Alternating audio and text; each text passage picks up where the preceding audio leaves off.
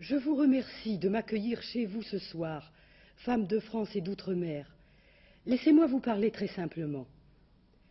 À vous, les femmes rurales que je connais si bien en Bretagne, dans vos exploitations, où vous portez, avec votre mari, le poids très lourd de l'avenir du monde agricole. À vous, les femmes artisanes et commerçantes, exposées à tant de chocs économiques, mais qui sauvez les métiers indispensables à la vie quotidienne, à la dimension humaine.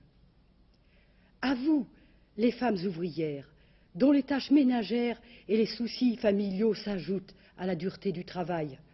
À vous, les chefs d'entreprise, les fonctionnaires, enseignantes, femmes des professions libérales, dont la compétence n'a pas pu encore conquérir toutes les places auxquelles vous avez droit.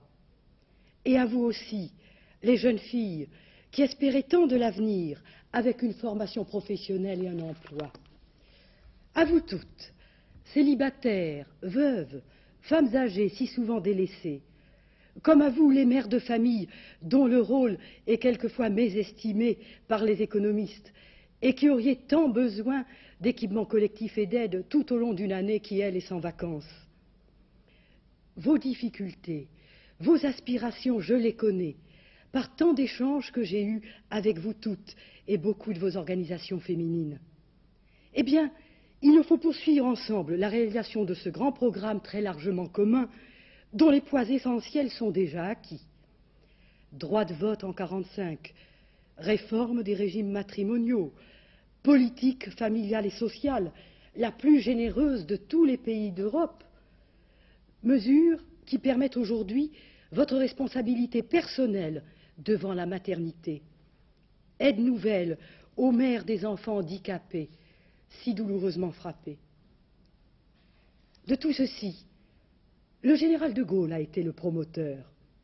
Comme depuis 10 ans, il a apporté une contribution éclatante à la paix, dont vous savez le prix, vous qui avez connu l'angoisse des temps de la guerre et du sang. Mais voici qu'il y a un mois à peine, la révolte des étudiants contre une société sclérosée, les grèves ouvrières où tant d'êtres de bonne foi n'ont pas vu ni voulu l'insurrection et le complot, ont fait surgir des barricades nocturnes l'image hideuse de la guerre civile. Et c'est pourquoi, très particulièrement, je m'adresse à vous.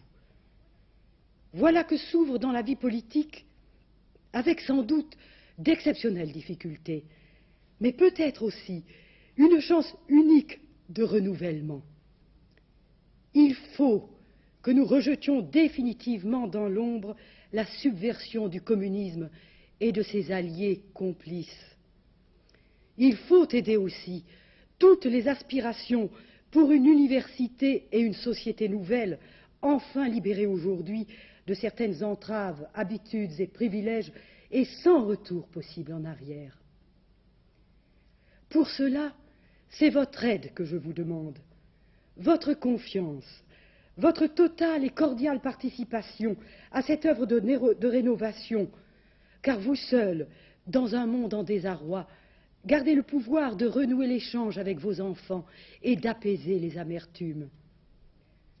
Vous avez aussi le pouvoir, en face du progrès technique inévitablement dur, et cela quel que soit le gouvernement, d'apporter l'indispensable chaleur humaine dans les organismes régionaux et départementaux où désormais vous devez prendre toute votre place.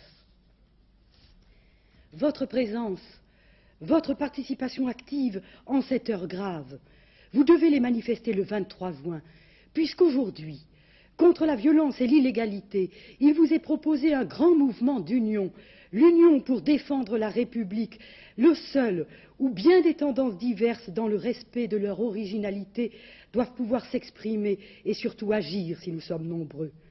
Plus que d'autres, vous pouvez contribuer à cet effort loyal d'apaisement et d'entente dans le bon sens et la sagesse. Pour bâtir l'avenir, les candidats de l'Union pour la défense de la République ont besoin de vous.